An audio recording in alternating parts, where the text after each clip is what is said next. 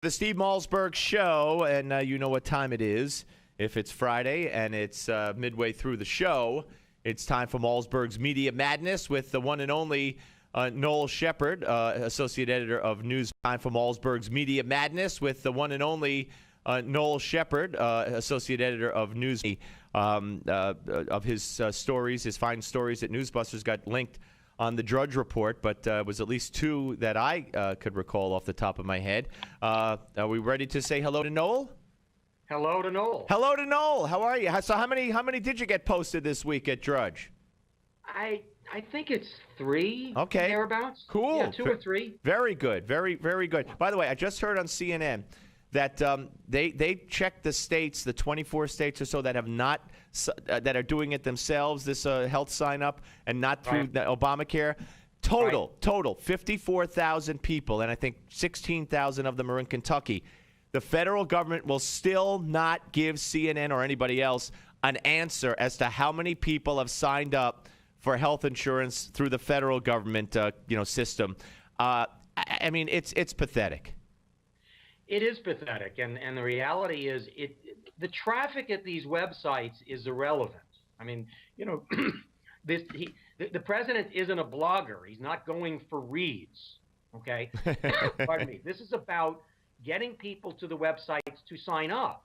So if 50 million people went to the website or went to one of the websites, right, and only 500,000 or whatever the number ends up being, the first couple of days.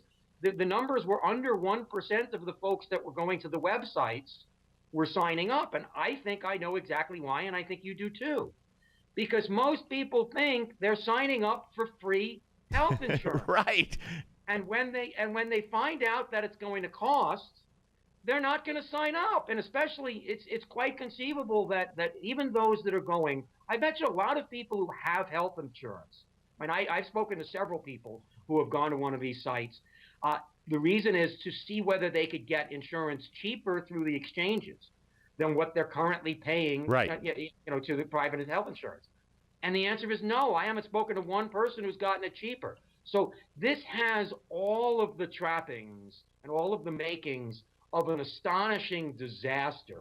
But I mean, it's still early to tell. I mean, and certainly a lot of us who predicted it was going to be a disaster to a certain extent. I mean, it sounds kind of awful, but we're expecting that that's going to be the case. Not necessarily hoping for it, of course, because that's kind of rude. But it's not looking good, and I think to a certain extent it's very, very possible that this is why Obama wanted the shutdown, because he wanted there to be news to take away from the disaster. Yeah. Because, I mean, look, if we had a lot of people, you have to agree. If there were a lot of people that signed up, let's assume that 1 million people. Oh, we would know. We would know. Well, no, your story. They'd be crowing. One of your stories that I think was one of them that got linked on Drudge. You wrote back on Wednesday. Less than 1% of visitors to Connecticut Healthcare Exchange signed up. Will media care? I don't think, notwithstanding what I said about Jake Tapper before on CNN, no, we have not heard from the media what a miserable failure this is. Right. And I think that, look, this is his signature piece of legislation. The media wants it to succeed. I think the media will come, if it does indeed fail, if it really is this awful. Now, by the way, it's also quite possible, and it doesn't make a lot of sense, but it's also quite possible the reason why so few people are signing up is because so few people are actually able to get into the site and go through the process of signing up. I've got a friend who tried on Tuesday. He tried for an hour and a half to get through and had no success. Right, like MSNBC and CNN tried on air for 2 days, and then they gave up. Yep. Right. But what doesn't make sense here is, let's assume that they had 5 million. Let's assume 5 million people clicked into these various websites on Tuesday. Drudge gets what, like 13 million hits a day? Yeah. Right. He stays up. I mean, you're telling me that they don't have enough server capacity? I mean, what's the deal? This is the federal government. We have at this point in time an almost $4 trillion budget. But no, you hit it on the head. You just answered your own question. You said this is the federal government. Right. And they're going to run our health care.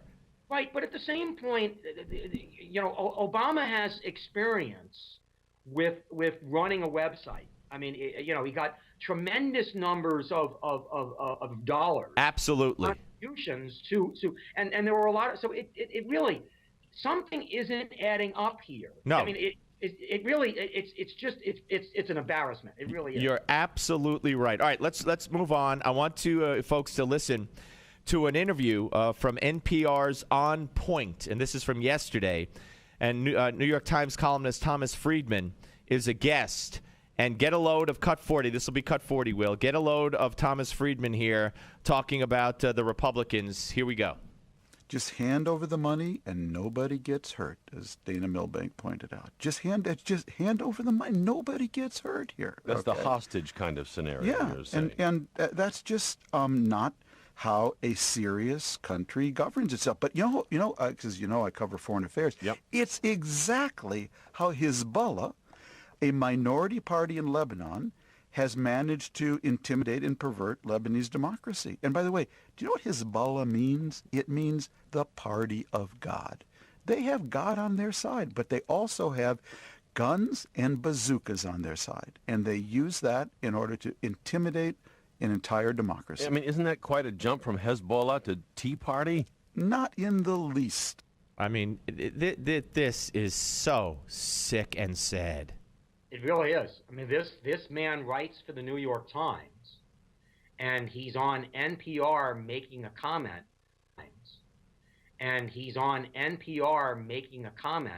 The continuing resolution and the debt ceiling. This is equivalent to Hezbollah, and he admits that Hezbollah has guns and bazookas. Does the GOP? Hezbollah intimidates people by killing them. Has the GOP killed anybody here? This is astonishing. And by the way, I was surprised Drudge didn't pick this up. I thought he'd be all over this one. Yeah. This is astonishingly awful, coming from Friedman, who has said some astonishingly awful things. And by the way, did I mention this is a Pulitzer Prize winner? Yep. Well, no, I mean, what?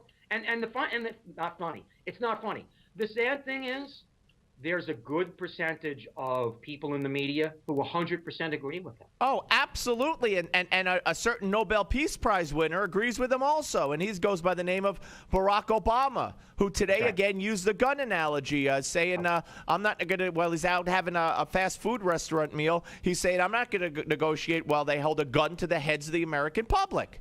Why don't these folks have any sense of history that this is the 18th time that the government has shut down, which, by the way, by my math means that it's happened 17 times prior. 12 times under the sainted Tip O'Neill. 12 times. Was he a terrorist? Was he Hezbollah? It's extraordinary how the media have so little recognition and knowledge of America's past.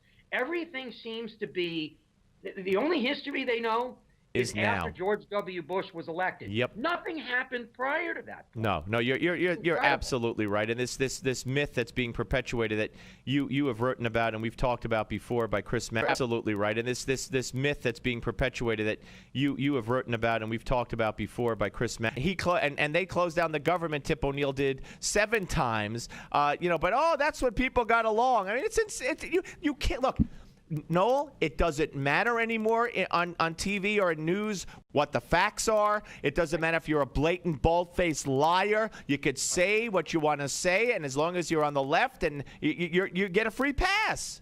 By the way, did you see Raul Labrador on Oh, on boy, Sunday? did I ever. He gave it to him. Yes, as a matter of fact, I hope to be able to pull that cut up. But in the meantime, from a story that you wrote yesterday, this, by the way, I hope I'm not giving you my cold. I'm on antibiotics through the microphone because No, it seems like something has bloomed in our area, and I'm getting fall asthma, and I haven't had asthma in years, so it's very peculiar. I don't know what the heck I got, but I'm taking Z-Pack for it. Anyway, listen to this will be cut 41. Will listen to the Carol Costello on CNN. And Congressman Todd Rokita, Republican from Indiana, you wrote about this. You provided the sound. Here it is. We're going in circles, right? That's what you guys are doing. No, you're part of the problem. The media is part of the problem as well. Oh, come on. That's so easy. On. That's Carol. so easy. Carol, you're beautiful, but you have to be honest as well. Okay, I think we should leave it here. Good for him. You're part of the problem. Good for him. Yeah, no, I mean, I'm not sure he had to bring in how beautiful she was. No, I know. And by the way, and I don't think Carol Costello is beautiful. So, I mean, I wouldn't say that was a low blow, but certainly, I mean, feminists are going to be upset by that. It is kind of a little bit sexist. But at the same point, she is part of the problem. She's not doing an honest job of reporting what the shutdown is about. Look, what's been funny here is all of the folks who think it's inappropriate for the Republicans to be bringing up Obamacare in the midst of a continuing resolution debate. The continuing resolution is about what? It's about the budget. Well, we know that Obamacare is a budget buster. CBO right now is predicting that it's going to cost $2 trillion in the next 10 years. Well, if they're predicting $2 trillion, might it be 4? Yeah. Might it be 5? Might it be 10? Who the heck knows? So I frankly think it's completely appropriate. And you know why else it's completely appropriate? Bringing this up in the midst of a budget discussion. And you know why else it's completely appropriate? And I don't know that the Republicans have driven this home hard enough. And you know why else it's completely appropriate? And I don't know that the Republicans have driven this home hard enough. They signed by the president, upheld by the Supreme Court. Yeah, but the president, against the law, has changed that law by giving exemptions to businesses. So all they're asking for right now is to give those same exemptions, a 1-year delay, to individuals. Exactly. So he started it. No, I mean, the reality is, no matter what your thoughts are about the Tea Party, no matter what you think about Ted Cruz or Mike Lee, the requests here are really not all that extraordinary. And I suggest that if Obama had agreed to one of the requests, let's assume if he had just said, you know what, I don't want to delay the individual mandate because the individual mandate is critical. The device tax. That's the tax. That's the tax. But without it, I mean, look, you can't have Obamacare without the individual mandate. So if you are going to postpone the individual mandate, then you're really postponing the whole thing. But he could have agreed to the medical device tax. Right. Right. He could have agreed to the medical device tax. Right. Right. He could have agreed to and that they're not that the media are doing the nation a disservice on here is they're by blaming this all on Republicans, they're ignoring the fact that the Republicans, each time the White House has said no, the House has come back with a more watered down request. Yep. And Obama continues to say, no, if this was Bush, if this was a Republican president with a Democrat House saying no, and we were shut down. Yep. We'd be getting the blame right now. The Republican president doing exactly the same thing. Of course. Getting all the blame. So we know from our history of these shutdowns, it doesn't matter who's in the White House. It doesn't matter who runs Congress. If we shut down, it's the Republicans' fault. Absolutely. Even I guess when it was Robert Byrd, the leader, Tip O'Neill, the speaker, and Jimmy Carter, the president. That must have been the Republicans' fault, too, because that happened several times.